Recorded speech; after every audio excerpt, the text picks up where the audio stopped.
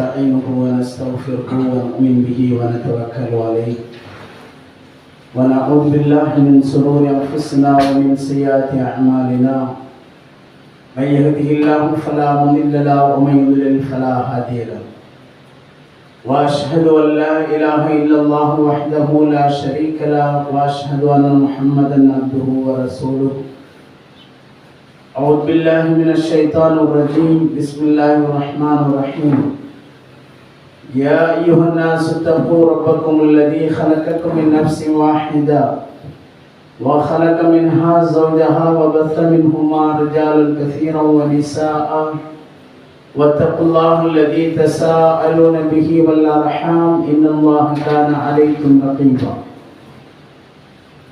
وقال في آية أخرى إذ قال إبراهيم رب اجعل هذا بلدا آمنا.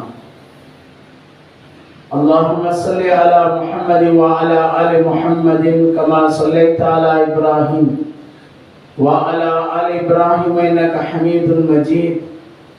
اللهم بارك على محمد وعلى آل محمد كما باركت على إبراهيم وعلى آل إبراهيم إنك حميد مجيد. அனைத்து புகழும் புகழ்ச்சியும் அகிலத்தை படைத்து பரிபாலித்துக் கொண்டிருக்கக்கூடிய அல்லாஹ் ஒருவரைக்கு உரித்தாக்கி அவனது சாந்தியும் சமாதானமும் சத்திய தூதர் முஹம்மது நபி ஸல்லல்லாஹு அலைஹி வஸல்லம் அவர்கள் மீதும் அவர்களின் வாழ்க்கை நெறிமுறைகளை பின்பற்றி வாழ்ந்த உத்தம சத்திய சஹாபாக்கள், தாபியீன்கள், தபஅ தாபியீன்கள், நல்லடியார்கள், அல்லாஹ் மீது கடமையாக்கிய இந்த ஜுமா தொழுகை நிறைவேற்றுவதற்காக அவனுடைய இல்லத்திலே அமர்ந்து கொண்டிருக்கக்கூடிய நம் அனைவர்கள் மீதும் என்றென்றும் நிலவட்டுமாக.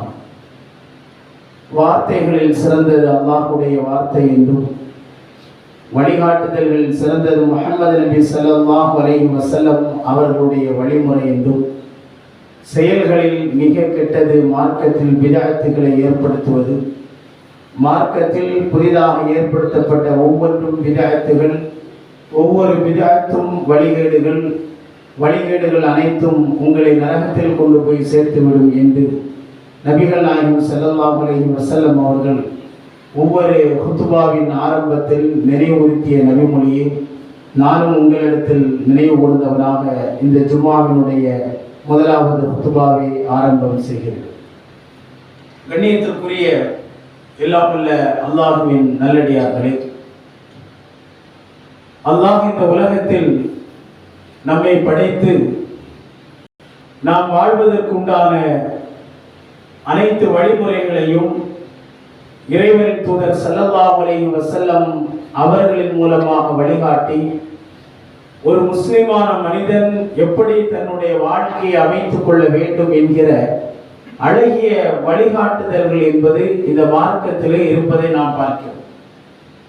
இப்படி இந்த மார்க்கத்தை பின்பற்றி வாழக்கூடிய நமக்கு அல்லாஹ்வினுடைய சில வசனங்களும் அல்லாஹ்வின் தூதர் ஸல்லல்லாஹு அலைஹி வஸல்லம் அவர்களுடைய சில செய்திகளும் நம்முடைய வாழ்க்கையில் நாம் நிம்மதியை இழந்து காணப்படக்கூடிய நேரத்தில் பல கட்டங்களிலே நமக்கு அது ஒரு ஆறுதலாக இருக்கக்கூடிய பல செய்திகளையும் பல அறிவுரைகளையும் நாம் பார்க்கிறோம்.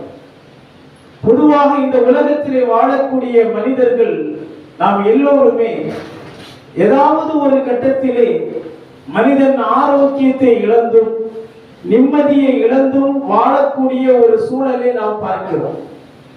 சிரிக்கக்கூடிய எத்தனையோ மனிதர்களை பார்த்து இவர்களுக்கெல்லாம் எந்த ஒரு கஷ்டமும் இல்லை, நல்ல நிம்மதியோடு வாழ்ந்து கொண்டிருக்கிறார்கள் என்று நாம் நினைக்கிறோம். ஆனால் உண்மை என்னவென்றால் உள்ளங்கள் அவர்களுக்கு மத்தியிலே அழுது கொண்டிருந்தாலும் அவர்களெல்லாம் சிரிக்க பழகிவிட்டார்கள். இதுதான் யதார்த்தம். அப்ப இப்படி ஒரு மனிதன் நிம்மதியை எப்பொழுது இழக்கிறான் என்று சொன்னால் அவனுடைய ஆரோக்கியம் குறையக்கூடிய நேரத்தில், குடும்பத்திலே ஒரு பிரச்சனை ஏற்படக்கூடிய நேரத்தில், வியாபாரத்திலே ஒரு நெருக்கடி ஏற்படும் பொழுது, நமக்கு மேல் அதிகாரம் செலுத்தக்கூடியவர்கள் பல்வேறு கேள்விகளால் பல மக்களுக்கு மத்தியிலே நம்மை கேட்கும் பொழுது எவ்வளவுதான் நாம் உழைத்தாலும் எனக்கென்று ஒரு பெயர் என்பது நமக்கு மேல் உள்ளவர்களுக்கு மத்தியிலே இல்லை என்கிற ஒரு கவலையும், இப்படி பல கட்டங்களிலே மனிதன் நிம்மதியை இழந்து வாழ்வதை நாம் பார்க்கிறோம். இப்படி அந்த நிம்மதியோடு சம்பந்தப்பட்ட ஒரு விஷயம்தான் ஆரோக்கியம் என்பது. அல்லாஹ்வின் தூதர் ஸல்லல்லாஹு அலைஹி வஸல்லம் அவர்கள், ஒரு மனிதனுக்கு அல்லாஹ் பல்வேறு விதமான வசதி வாய்ப்புகளை வழங்கினாலும் அவன் ஆரோக்கியத்தை இழக்கக்கூடிய நேரத்தில் அவரால் நிம்மதியாக எந்த செயலையும் செய்ய முடியாது. ஆரோக்கியத்தை அவன் இழக்கக்கூடிய நேரத்தில் யதார்த்தமாக எதையெல்லாம் செய்து கொண்டிருந்தானோ அப்படிப்பட்ட எதையுமே அவன் சக நாட்களை கழித்ததை போல அவனால் செய்ய முடியாது. மருத்துவர்களுடைய அந்த கட்டுப்பாட்டிற்கு கீழே அந்த மனிதன் வந்து விடுகிறான். அதனால்தான் அந்த ஆரோக்கியத்தோடு இருக்கக்கூடிய நேரத்தில் ஆரோக்கியத்தின் பெருமதியை மனிதன் உணர்வது கிடையாது. ஆரோக்கியம் இருப்பதன் காரணத்தினால்தான் நாமெல்லாம் இன்றைக்கு நிம்மதியோடு நாம் வாழ்ந்து கொண்டிருக்கிறோம். அந்த ஆரோக்கிய குறைவு ஏற்படக்கூடிய நேரத்தில் மனிதன் நிம்மதியை இழக்கிறான். சொல்கிறான், இந்த அளவிற்கு நான் அங்கும் இங்குமாக ஓடி ஆடினேன், ஆனால் என்னால் இன்றைக்கு யதார்த்தமாக அதை போன்று இருக்க முடியவில்லை. இப்படியெல்லாம் நான் சென்றேனே, ஆனால் அது மாதிரி இன்றைக்கு இருக்க முடியவில்லை என்று அதை குறித்துள்ள சிந்தனையோடு நிம்மதியை இழந்தவராக இந்த உலகத்தில் வாழ்ந்து கொண்டிருக்கிறார்.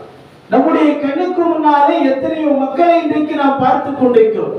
அதனால்தான் நபிகள் நாயகம் ஸல்லல்லாஹு அலைஹி வஸல்லம் அவர்கள் அடிக்கடி அல்லாஹ்விடத்திலே கேட்ட பிரார்த்தனைகளிலே ஒன்று, அல்லாஹும்ம இன்னி அஸ்அலுக்கல் அஃப்வ வல் ஆஃபியா. அல்லாஹ்வே, உன்னிடம் ஆரோக்கியத்தையும் மன்னிப்பையும் நான் உன்னிடம் கேட்கிறேன். இன்னைக்கு நாம் எத்தனை பேர்கள் அந்த துஆவை கேட்கிறோம்? எப்பொழுது அந்த பிரார்த்தனையை செய்கிறோம் என்றால், எப்பொழுது ஆரோக்கியத்தை நாம் இழக்கிறோமோ, நமக்கு வேண்டப்பட்டவர்கள் அவர்கள் உடல்நிலை சரியில்லாத நேரத்தில் அவர்களுக்காக ஆரோக்கியத்தை நாம் கேட்கிறோம். இந்த பிரார்த்தனையை ஓதுங்கள் என்று நாம் சொல்லிக் கொடுக்கிறோம். ஆனால் அதுவரைக்கும் அதை குறித்துள்ள எந்த ஒரு துஆவையும் கேட்டதாக மனிதர்கள் பல பேர்கள் சொல்வதை பார்க்கிறோம். கேட்டதாகவே இல்லை. அந்த ஆரோக்கியம் எனக்கு வேண்டும் என்பதற்காக நான் என்ன செய்ய வேண்டும், என்ன பிரார்த்தனையை ஓத வேண்டும், நிம்மதியோடு இந்த உலகத்திலே நான் வாழ வேண்டும் என்பதற்காக எதை இறைவனிடத்திலே கேட்க வேண்டும் என்று அப்பொழுது அறிய அவன் முயற்சி செய்கிறான். அதனால்தான் அல்லாஹ்வின் தூதர் ஸல்லல்லாஹு அலைஹி வஸல்லம் அவர்கள் உருவாக்கிய சஹாபாக்கள் அபூபக்கர் சித்திக் ரலியல்லாஹு அன்ஹு அவர்கள் அல்லாஹ்வுடைய தூதருடைய மரணத்திற்கு பிறகு ஆட்சி பொறுப்பை ஏற்கிறார்கள். கலீஃபாவாக அவர்கள் தேர்வு செய்யப்பட்டு மக்கள் மத்தியிலே முதலாக அவர்கள் செய்த ஒரு உபதேசம், ஃபஸ்அலுல்லாஹல் ஆஃபியா, யா அய்யுஹன் நாஸ், மக்களே என்று அழைத்து அந்த மக்களிடத்திலே சொன்னார்கள், ஃபஸ்அலுல்லாஹல் ஆஃபியா, அல்லாஹ்விடம் நீங்கள் ஆரோக்கியத்தை கேளுங்கள். சொன்ன முதல் உபதேசம்.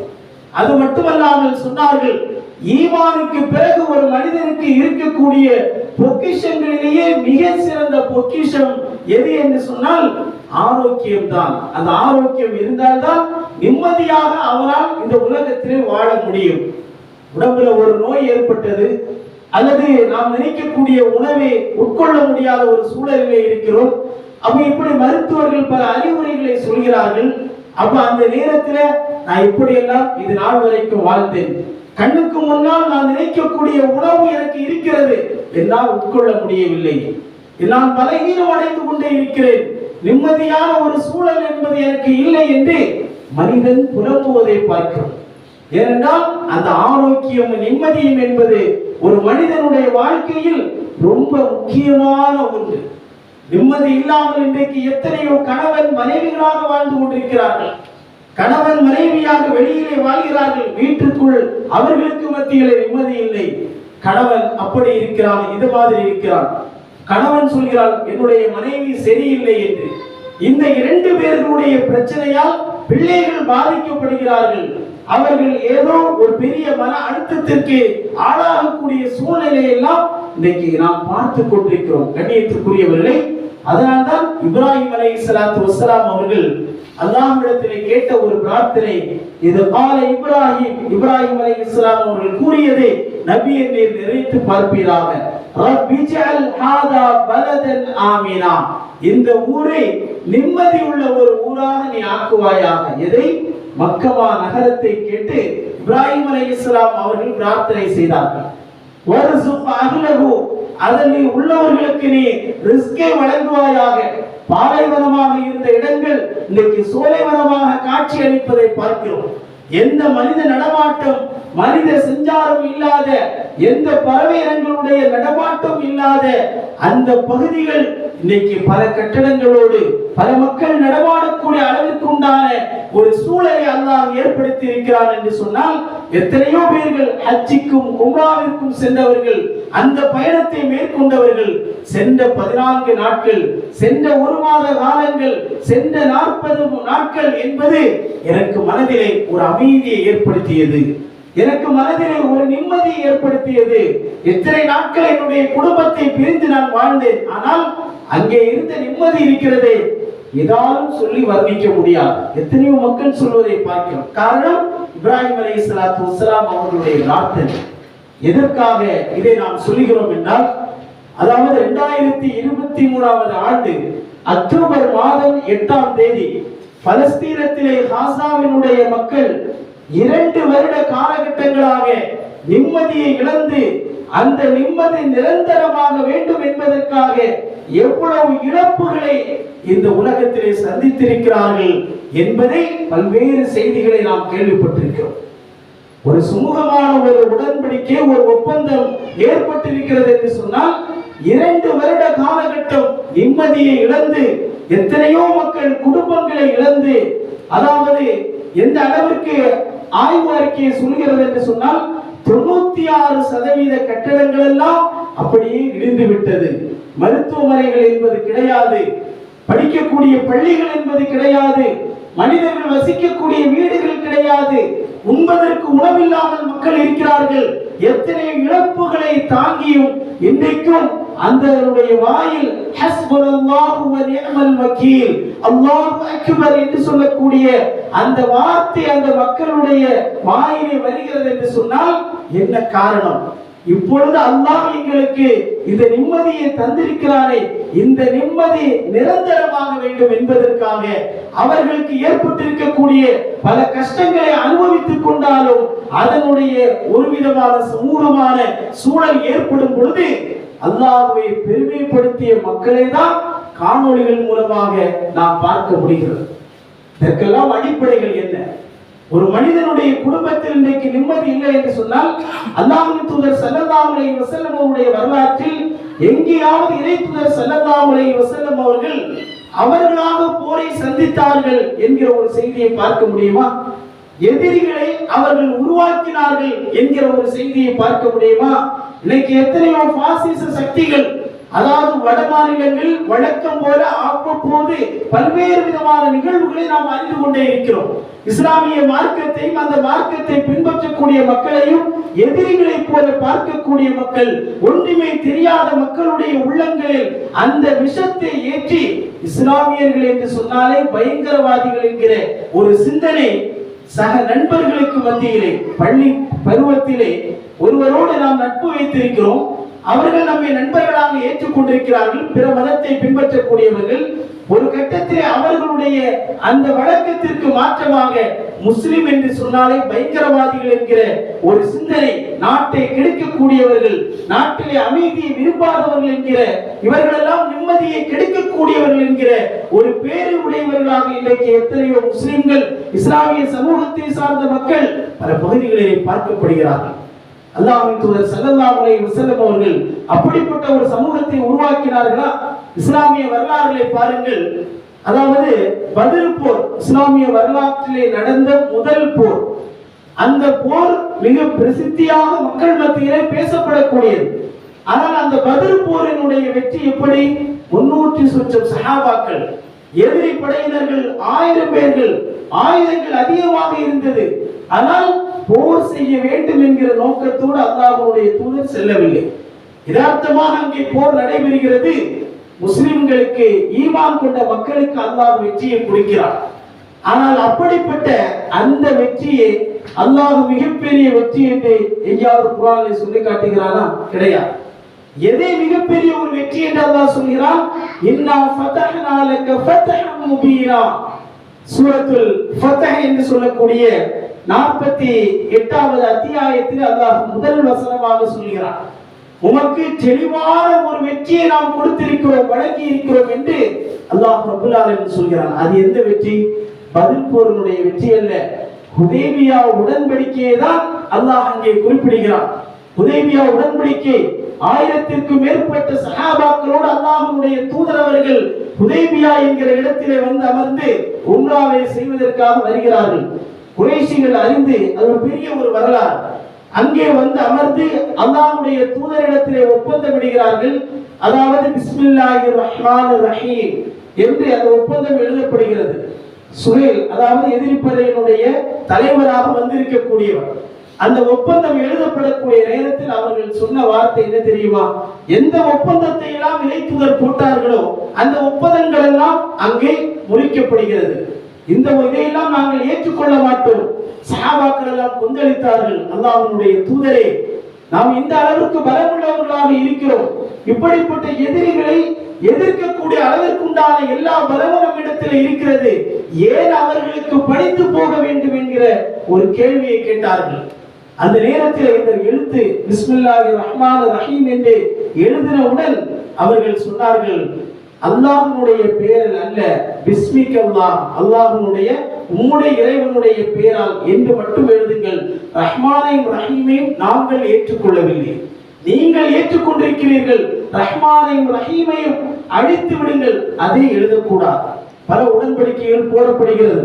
அப்படிப்பட்ட அந்த நேரத்தில் அவர்களுடைய ஒப்பந்தங்களிலே முக்கியமான ஒரு விஷயம் என்ன அப்படின்னு சொன்னால், எங்களுடைய மக்காவை சார்ந்தவர்கள் இந்த ஒப்பந்தத்தினுடைய காலகட்டத்தில் மதீனாவிற்கு வந்தால் அவர்களை நீங்கள் திருப்பி அனுப்ப வேண்டும்.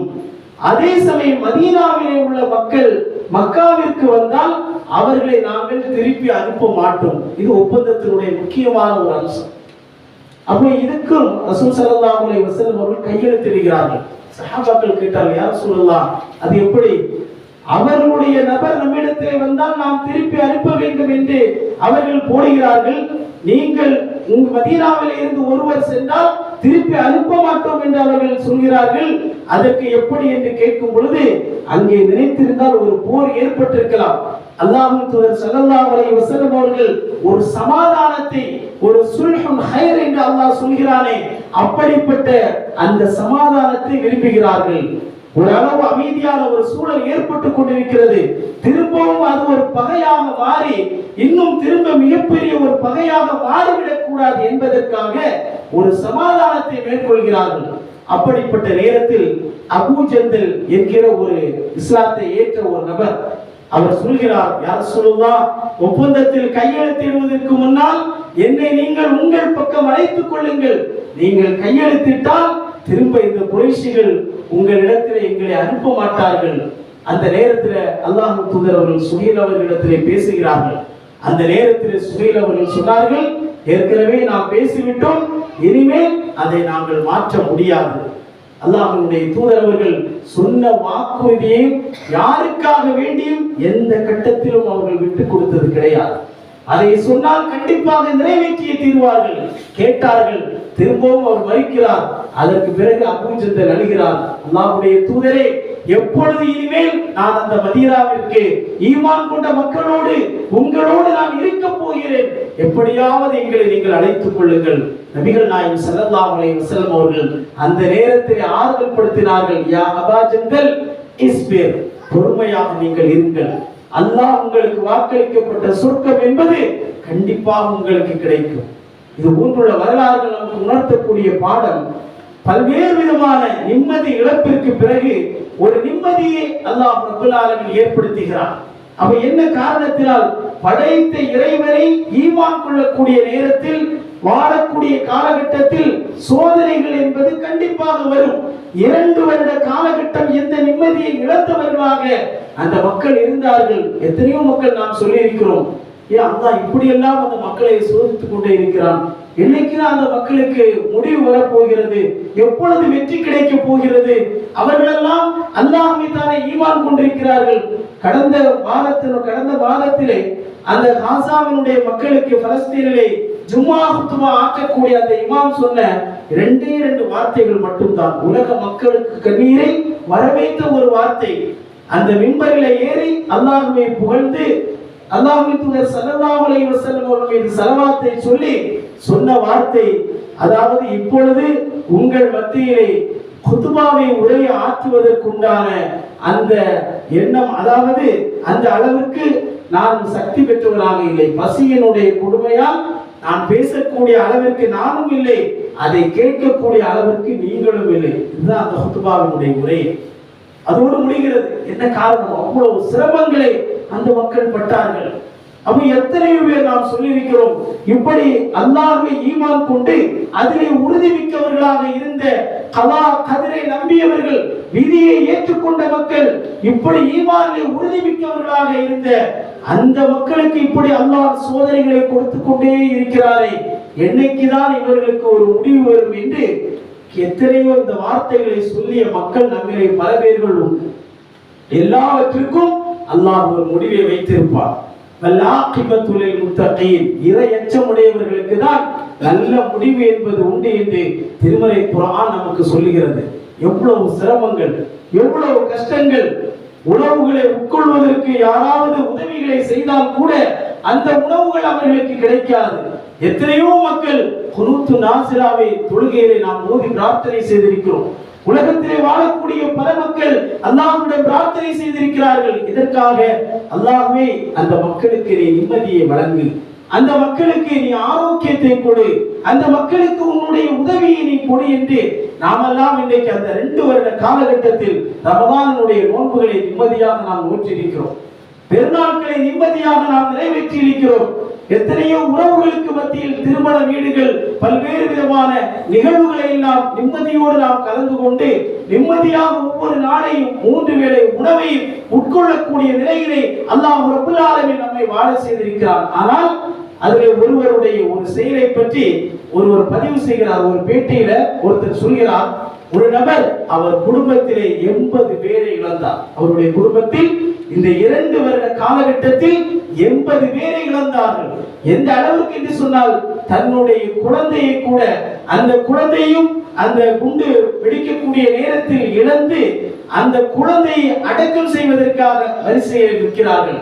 கஃன் துணிகளோடு கஃன் செய்து அடக்கம் செய்வதற்காக வரிசையில் நிற்கும் பொழுது, என் உயிரே என் உயிரே என்று சொல்லக்கூடிய இந்த வார்த்தையை சொல்லி அந்த அளவிற்கு அந்த தகப்பனை தன்னுடைய குழந்தையை அடக்கம், பச்சிலம் குழந்தையை அடக்கம் செய்யக்கூடிய ஒரு சூழல் அந்த நேரத்திலும் ஈமானிலே உறுதியாக இருந்தார்கள். அல்லாஹ் உன்னையும் என்னையும் நிச்சயமாக சொர்க்கத்திலே சந்திக்க வைப்பான் என்கிற அந்த நம்பிக்கை அந்த மக்களிடத்திலே இருந்தது.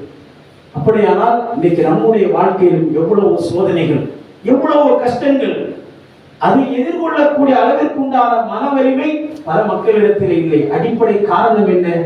ஈமான் என்பதும் ஈமானிய உறுதி என்பதும் பல மக்களிடத்தில் இல்லை. அல்லாஹ் திருமறை குர்ஆனிலே குறிப்பிடுகிறான், வமினன் நாஸி மன் யஅபுதுல்லாஹ அலா ஹர்ஃபின். மக்களில் சிலர்கள் இருக்கிறார்கள், அல்லாஹ்வை வணங்குகிறார்கள். எப்படி தெரியுமா? ஒரு ஓரமாக நின்று, ஓரமாக நின்றா ஓரமா உட்கார்ந்து இருக்கிறது போல இது மாதிரி எல்லாம் கிடையாது. ஓரமாக நின்று வணங்குகிறார்கள். அப்படின்னா அதாவது அசாபத்தகு கைருன், அவர்களுக்கு ஒரு நலவு நடந்து விட்டது என்று சொன்னால் அவர்கள் அந்த நேரத்தில் அல்லாஹ்வை புகழ்கிறார்கள், அந்த நேரத்தில் அதை ஏற்றுக்கொள்கிறார்கள். அசாபத்தகு ஃபித்னா, அவர்களுக்கு ஒரு சோதனை ஏற்பட்டது என்று சொன்னால் இன்கலப அலா வஜ்ஹிஹி, அவர்களுடைய முகத்தை இறைவனை வணங்குவதை விட்டு திருப்பி விடுகிறார்கள்.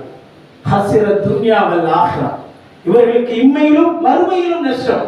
நீ முகத்தை திருப்புவதனால் இறைவனை நான் இனி வணங்க மாட்டேன், அந்த இறைவனை நான் நோன்பு வைக்க மாட்டேன் என்று சொல்வதனால் அதில் இறைவனுடைய ஏதாவது வல்லமை, ஆற்றலோ கூடவோ குறையவோ போகிறதா? நீ வணங்கினால் அது உனக்கு நன்மை, வணங்கவில்லை என்று சொன்னால் உன்னுடைய மறுமைக்கு அது மிகப்பெரிய ஒரு கை சேதமாக அமைந்துவிடும். அப்ப இப்படிப்பட்ட பல சோதனைகள், பல குடும்பங்கள், பல பேர்கள் இன்றைக்கு நிம்மதி இல்லாமல் வாழக்கூடிய காலகட்டத்தில் படைத்த இறைவன் மீது நம்பிக்கை வைத்து எப்படி பலஸ்தீன பூமியிலே காசாவிலே வாழக்கூடிய மக்கள் எங்களுடைய இறைவன் நிச்சயமாக எங்களுக்கு உதவி செய்வான், எங்களை காப்பாற்றுவான், எங்களுக்கு அருள் செய்வான், எங்களுக்கு நிம்மதியை தருவான் என்கிற நம்பிக்கையோடு இருந்தார்களோ அப்படிப்பட்ட மக்களுக்கு அந்த நிம்மதி அல்லாஹ் கொடுத்தாரோ அந்த நிம்மதி நிரந்தரமாக வேண்டும் என்று அல்லாஹ்விடத்தில் நாம் பிரார்த்தனை செய்ய கடமைப்பட்டிருக்கிறோம். இப்படி நிம்மதி இல்லாதவர்களாக எத்தனையோ பேர்கள் இந்த உலகத்திலே வாழ்ந்தாலும் அல்லாஹ் ரப்பல் ஆலமீன் கண்டிப்பாக என்னை கைவிட மாட்டான்.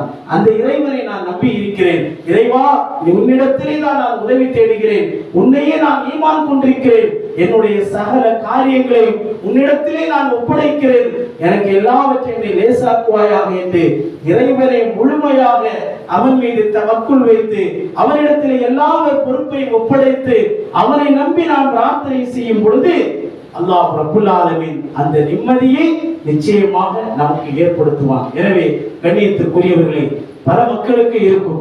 எப்படி இது மாதிரி மனிதர்கள் வாழ முடியாத ஒரு பகுதியை போல இன்றைக்கு அந்த பூமி இருக்கிறது. அந்த பூமியிலே இனிமே எப்படி இந்த மக்கள் வாழ்வார்கள், எப்படி அவர்களுடைய வசிப்பிடங்கள் இருக்கும்? இறைவன் நாடினால் இதெல்லாம் ஒரு விஷயமே கிடையாது. என்று சொன்னால் திருமறை குர்ஆனிலே அல்லாஹ் ரப்பல் ஆலமீன் உஸைர் என்று சொல்லக்கூடிய ஒரு நல்லடியாரை பற்றி சொல்லும் பொழுது அவ் கல்லதி மர்ர அலா கரியத்தின் வஹிய காவியத்துன் அலா உருஷிஹா, ஒரு கிராமம் வழியாக அவர் கடந்து செல்கிறார். அந்த நேரத்தில் அந்த மக்கள் வசித்த பகுதி இனிமே மக்கள் வசிக்க கூடாத ஒரு பகுதியாக கட்டிடங்கள் எல்லாம் இடிந்து போய் இனிமே இந்த பூமியில யார் இந்த இடத்தில் வாழ்வார் என்று அவர் அவர் தன்னுடைய மனதிலே எண்ணுகிறார். அல்லாஹ் ரப்பல் ஆலமீன் எப்படிப்பட்டவன்? அந்த எண்ணத்தை நிச்சயமாக இது தவறு என்பதை உடனடியாக அல்லாஹ் உணர்த்துகிறான். அந்த வசனத்திலே அல்லாஹ் தொடர்ந்து சொல்கிறான், அதாவது அலா உருஷியா கால அன்னா யுஹ்யி ஹாதிஹில்லாஹு பஅத மௌத்திஹா, அவர் மரணித்ததற்கு பிறகு திரும்பவும் எப்படி அல்லாஹ் உயிர் கொடுத்து எழுப்புவார் என்கிற ஒரு எண்ணம் அவருக்கு ஏற்படுகிறது. உடனே அல்லாஹ் ரப்பல் ஆலமீன் அந்த உஸைர் என்று சொல்லக்கூடிய அந்த நபரை அந்த இடத்திலே மரணிக்க செய்கிறார். அவருக்கு ஒரு மரணத்தை குறிக்கிறான். எத்தனை வருடம்? 100 ஆண்டுகள் அதே நிலையில் அவர் இருக்கிறார். அவர் கொண்டு வந்த கழுதை, உணவு, தண்ணீர் எல்லாமே இருக்கிறது. அந்த 100 ஆண்டுகளுக்கு பிறகு அவரை அல்லாஹ் எழுப்புகிறான். திரும்ப எழுப்பி பார்க்கக்கூடிய நேரத்தில் கொண்டு வந்த கழுதை அப்படியே மக்கி போய் எலும்புகள் மட்டுமே இருக்கிறது.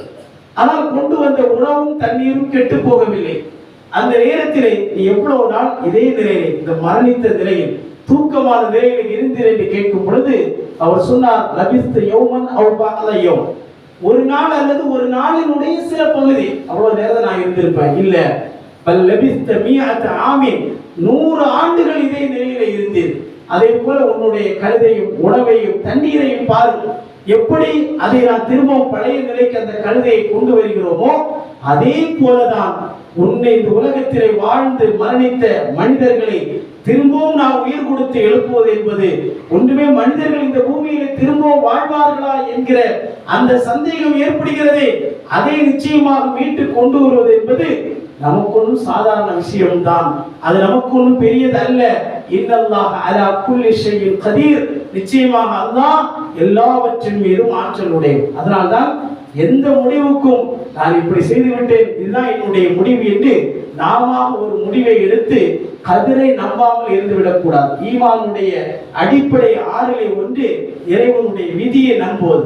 நன்மை தீமை எதுவாக இருந்தாலும் எல்லாம் அல்லாஹ்வுடைய நாட்டப்படியே தான் நடக்கிறது.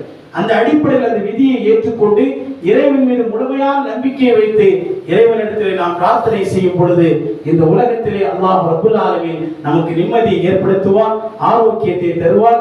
எப்படி நிம்மதி பெற்றவர்களாக இன்னைக்கு இந்த பூமியிலே மக்கள் வாழ்ந்து கொண்டிருக்கிறார்களோ அவர்களுடைய நிம்மதியை அல்லாஹ் நிரந்தரமாக்கட்டும் என்று இறைவனிடத்திலே நாம் பிரார்த்தனை செய்ய வேண்டும். அதே போல் யா அல்லாஹ், எங்களுடைய வாழ்க்கையிலும் எங்களுடைய பகுதியிலும் பல்வேறு பிரச்சனைகளோடு இன்றைக்கு நாங்கள் வாழ்ந்து கொண்டிருக்கிறோம். இப்படி வாழக்கூடிய இந்த காலகட்டத்தில் எங்களுடைய குடும்பத்திலே யா அல்லாஹ் எங்களுக்கு நீ நிம்மதி ஏற்படுத்துவாயாக, எங்களுடைய சந்ததிகளின் மூலம் எங்களுக்கு நீ நிம்மதி ஏற்படுத்துவாயாக என்றெல்லாம் இறைவனிடத்திலே பிரார்த்தனை செய்ய வேண்டும்.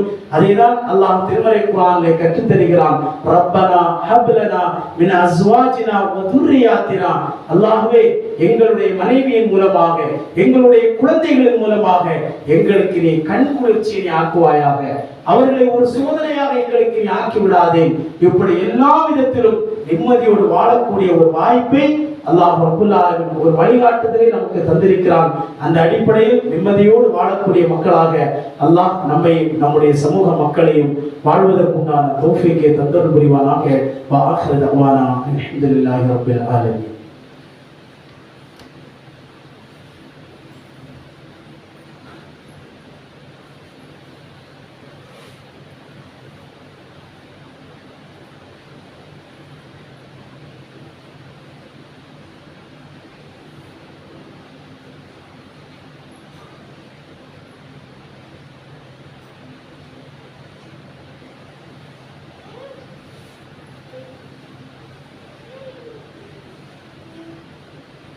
அல்ஹம்துலில்லாஹி ரப்பில் ஆலமீன். வஸ்ஸலாத்து வஸ்ஸலாமு அலா ரசூலில் அமீன் வ அலா ஆலிஹி வ ஸஹ்பிஹி அஜ்மஈன். அஊது பில்லாஹி மினஷ் ஷைத்தானிர் ரஜீம். பிஸ்மில்லாஹிர் ரஹ்மானிர் ரஹீம். யா அய்யுஹல்லதீன ஆமனு தக்குல்லாஹ ஹக்க துகாத்திஹி வ லா தமூதுன்ன இல்லா வ அன்தும் முஸ்லிமூன். கண்ணியத்துக்குரிய சகோதர சகோதரிகளே, அல்லாஹ் திருமறை குர்ஆனில் ஈமான் கொண்டவர்களே, அல்லாஹ்வை நீங்கள் அஞ்ச வேண்டிய முறைப்படி நீங்கள் அஞ்சிக் கொள்ளுங்கள். வலா தமூதுன்ன இல்லா வ அன்தும் முஸ்லிமூன். முஸ்லிம்களாக அன்றி நீங்கள் மரணிக்காதீர்கள். முஸ்லிம்களாக வாழ்ந்து கொண்டிருக்கக்கூடிய நமக்கு எப்படி நாம் வாழ வேண்டும், எதை செய்ய வேண்டும், எதை செய்யக்கூடாது, எது பிறமத கலாச்சாரம் என்றெல்லாம் நமக்கு தெள்ள தெளிவாக சொல்லப்பட்டிருப்பதை பார்க்கிறோம். அப்படிப்பட்ட ஒரு உன்னதமான மார்க்கத்திலே தான் நாம் வாழ்ந்து கொண்டிருக்கிறோம். அதாவது பிறமத கலாச்சாரங்கள் இன்னைக்கு நம்முடைய சமூக மக்களுக்கு மத்தியிலும் பிள்ளைகள் ஆசைப்படுகிறார்கள் என்பதற்காக அந்த கலாச்சாரங்கள் பின்பற்றப்படுவதை நாம் பார்க்கிறோம். எந்த அளவுக்கு என்று சொன்னால், பிறமத பண்டிகைகள் தீபாவளி என்று வரக்கூடிய நேரத்தில் எத்தனையோ பெற்றோர்கள் தன்னுடைய பிள்ளைகள் ஆசைப்படுகிறார்கள் என்பதற்காக எல்லாம் பெரிய பெரிய வெடிகள் அல்ல, அவர்கள் பார்த்து ரசிக்கக்கூடிய விதத்திலே மட்டும்தான் சின்ன சின்ன சில வெடிகளை மட்டும்தான் நான் வாங்கி கொடுக்கிறேன், சின்ன பிள்ளைகள் ஆசைப்படுகிறது என்பதற்காக வேண்டும். ஏன்னா இது இன்னைக்கு இஸ்லாமிய சமூகத்தில் அதிகமாக ஊடுருவி கொண்டிருப்பதை பார்க்கிறோம்.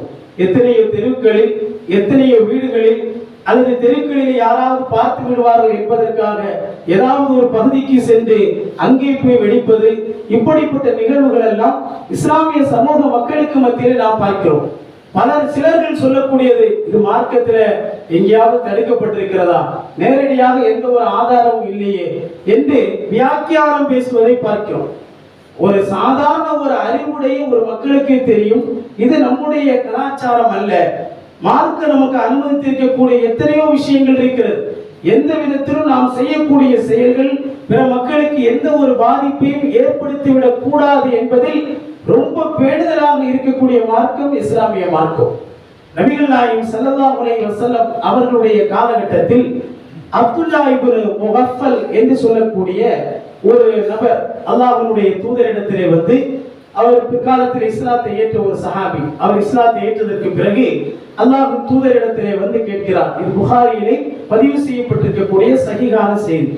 அல்லாஹ்வின் தூதரே, எங்களுடைய குடும்பத்தில், எங்களுடைய ஊரிலே வசிக்கக்கூடிய மக்கள் என்ன செய்கிறார்னா, கல்லை எடுத்து சுண்டி விளையாடுவதை பார்க்கிறோம். அது ஒரு விளையாட்டாக எடுத்துக் கொண்டிருக்கிறார்கள்.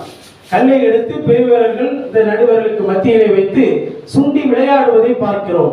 இதை குறித்து என்ன சொல்கிறீர்கள் என்று கேட்கும் பொழுது, நபிகள் நாயகம் ஸல்லல்லாஹு அலைஹி வஸல்லம் அவர்கள் சொன்னார்கள், இந்த விளையாட்டு என்பது எந்த ஒன்றையும் வேட்டையாடாது. வேட்டையாடுவதற்காக இந்த கல்லை கொண்டு ஒரு பிராணியை வேட்டையாட முடியுமா என்று கேட்டால் முடியாது.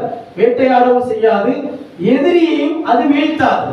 அப்படின்னா மாறாக இது உங்களுடைய கண்ணை கெடுத்துவிடும், உங்களுடைய பல்லை உடைத்துவிடும் என்று நபிகள் நாயகம் ஸல்லல்லாஹு அலைஹி வஸல்லம் அவர்கள் அந்த நபி தோழரிடத்திலே சொல்கிறார். அப்ப அதனுடைய நன்மை ஏதாவது இருக்கிறதா அப்படின்னு கேட்டா எந்த நன்மையும் இல்லை. அதனால பாதிப்புகள் தான் இருக்குது என்பதை அந்த இடத்திலே உணர்த்துகிறார்கள். அதற்கு பிறகு அந்த அப்துல்லா இப்னு முகஃபல் ரலியல்லாஹு அன்ஹு அவர்கள் திரும்ப தன்னுடைய ஊருக்கு வந்து அங்கே இந்த செயல்கள் யாரிடத்தில் இருக்கிறதோ அந்த மக்களிடத்திலே இதை உணர்த்துகிறார்கள். அப்ப அந்த நேரத்தில் திரும்பவும் அந்த சில மக்கள் கேட்டார்கள், பலர்கள் கேட்கவில்லை. இதே வேலையை செய்து கொண்டிருந்தார்கள். அப்பொழுது சொன்னார்கள், இது அல்லாஹ்வின் தூதர் ஸல்லல்லாஹு அலைஹி வஸல்லம் அவர்கள் தடுத்த ஒரு செயல். நஹா ரசூலுல்லாஹி ஸல்லல்லாஹு அலைஹி வஸல்லம் அனில் ஹதஃப். இது மாதிரி கற்களை கொண்டு சுண்டி விளையாடுவதை நபி ஸல்லல்லாஹு அலைஹி வஸல்லம் அவர்கள் தடுத்தார்கள். அப்ப திரும்பவும் யார் அதே செயல்களை செய்தார்களோ அந்த மக்களை பார்த்து சொன்னார்கள், லா உகல்லிமன்னக அபதன், ஒருபோதும் நான் உங்களிடத்தில் பேசவே மாட்டேன் என்று அவர் சொன்ன செய்தியை புகாரி என்கிற ஹதீஸ் தொகுப்பிலே நாம் பார்க்கிறோம். இப்ப இதுல இருந்து நமக்கு கிடைக்கக்கூடிய ஒரு செய்தி என்ன அப்படின்னு சொன்னால், அந்த விளையாட்டு என்பது எதிரிகளையும் வீழ்த்தாது, அதை கொண்டு எதையும் வேட்டையாடவும் முடியாது என்கிற ஒரு செய்தி அல்லாஹ்வின் தூதர் அவர்கள் சொல்லிவிட்டு அதன் மூலம் ஏற்படக்கூடிய பாதிப்புகள் என்ன என்பதை அங்கே உணர்த்துகிறார்கள். அப்படியானால் எது மாதிரிப்பட்ட செயல் பிற மக்களுக்கு பாதிப்பை ஏற்படுத்துமோ அதை செய்யக்கூடாது, அதனால பாதிப்புகள் வருவதற்கு வாய்ப்புகள் அதிகமாக இருக்கிறது என்று சொன்னால் அதை நாம் செய்யக்கூடாது என்று மார்க்கம் நமக்கு தடுக்கிறது. அப்படியானால் பட்டாசு வெடிப்பதும் இது மாதிரி வெடிகளை கொளுத்துவதும் இது மார்க்கத்திலே தடுக்கப்பட்ட ஒரு செயல். இதனால ஏதாவது ஒரு ஃபாயிதாக்கள் நன்மை இருக்கிறதா? நிச்சயமாக கிடையாது. இன்னைக்கு நம்முடைய சமூகத்தை சார்ந்த இஸ்லாமிய மக்கள் எவ்வளவு பேர்கள், குர்ஆன் ஹதீஸை பின்பற்றக்கூடிய மக்கள் கூட பல பேர்கள் இது போன்றுள்ள பிள்ளைகள் ஆசைப்படுகிறார்கள். இந்த ஒரு காரணத்தை தான் முன்வைக்கிறார்களே தவிர இது மார்க்கத்தில் இதெல்லாம் அனுமதி இல்லதான், இருந்தாலும் பிள்ளைங்க ஆசைப்படுறாங்களே. அது இன்னொரு காரணம் என்ன அப்படின்னா, இது நாங்க வாங்கல, எங்களுக்கு அன்பளிப்பாக வந்தது. எப்படி? சரி, நாங்க வாங்கினதாலே குற்றம், நாங்க தான் வாங்கலையே, எங்களுக்கு இது அன்பளிப்பாக வந்தது, அதை போய் நம்ம என்ன செய்ய?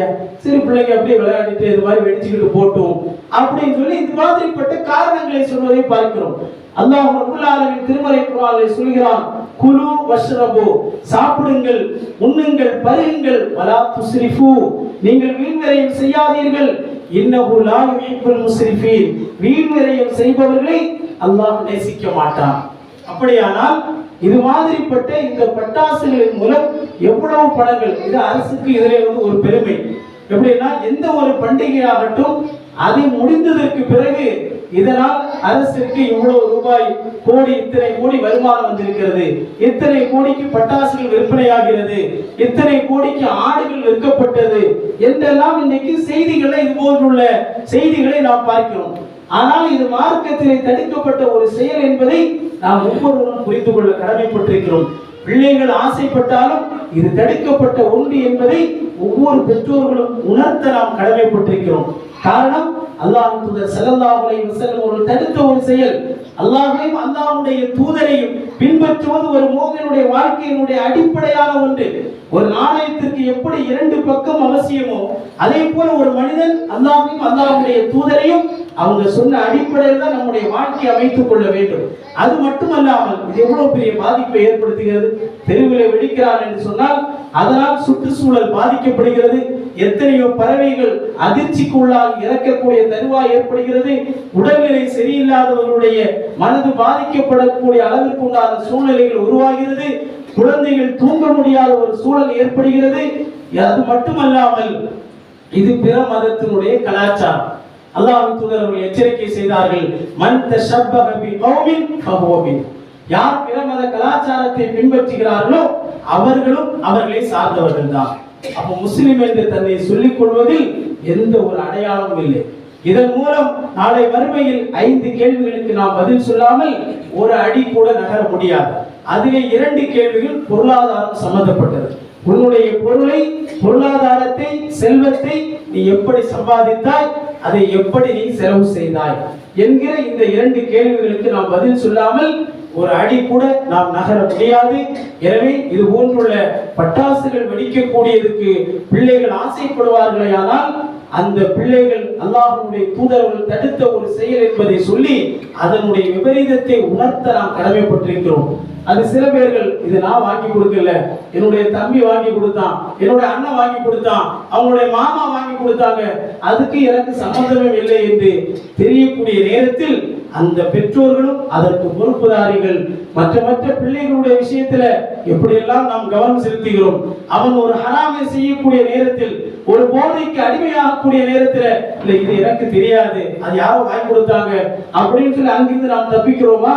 அவனுடைய உடல்நிலையில் நாம் கவனம் மேற்கொள்கிறோம். மதுவிற்கு அவன் அடிமையாக விடக்கூடாது, போதைக்கு அடிமையாக விடக்கூடாது என்பது எந்த அளவுக்கு நாம் கவனம் எடுக்கிறோமோ, அதே போல் அல்லாஹ் தூதர் ஸல்லல்லாஹு அலைஹி வஸல்லம் அவர்கள் தடுத்த செயல்களை விட்டு தடுப்பதற்கு நாம் ஒவ்வொரு பெற்றோர்களும் மற்ற விஷயங்கள் கண்டிப்போடு இருப்பதை போல இதிலையும் மிகுந்த கண்டிப்போடும் கவனத்துடன் இருக்க வேண்டும். எனவே இது போன்று மார்க்க நமக்கு வழிகாட்டி இருக்கக்கூடிய செயல்களை மட்டுமே நம்முடைய வாழ்க்கையில பின்பற்றக்கூடிய மக்களாக உலகத்திலே வாழக்கூடிய காலகட்டத்தில் உண்மையான முஸ்லிமாக வாழ்ந்து உண்மையான முஸ்லிமாக மரணிக்கக்கூடிய தௌஃபீக்கை வல்ல ரப்பல் ஆலமீன் நம் அனைவருக்கும் தந்தல் புரிவானாக. அல்லாஹும்ம அஇஸ்ஸல் இஸ்லாம் வல் முஸ்லிமீன் வஅதில் ஷிர்க வல் கஃபரத வல் முஷ்ரிகீன் ஃபன்சுர்னா அலல் கௌமில் காஃபிரீன். இன்னல்லாஹ யஅமுருக்கும் பில் அத்லி வல் இஹ்சான் வ ஈதாஇ தில் குர்பா வ யன்ஹா அனில் ஃபஹ்ஷாஇ வல் முன்கர் வல் பகி யஇதுக்கும் லஅல்லக்கும் ததக்கரும் வலதிக்ருல்லாஹி அக்பர் வல்லாஹு யஅலமு மா தஸ்னஊன்.